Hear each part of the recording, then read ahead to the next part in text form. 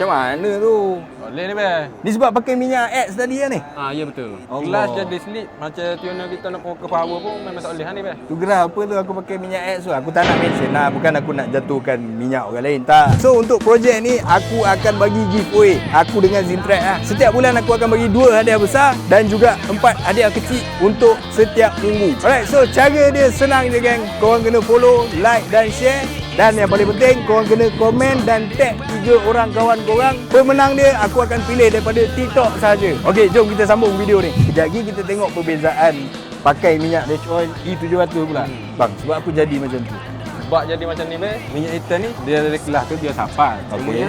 Kelas ni tak boleh nak segak minyak hitam ni. Lihat lagi ni, kita kena tukar minyak hitam E700 kelas tu, kita nak tengok macam mana Perbezaan dia lah. Jadi tuner pun tak sedap lah ni. Nak buat ni tak sedap lah. Kurang lah. Okey. Okey guys, jangan lupa komen. Alright, ingat dah show right dulu dengan padu. Bye.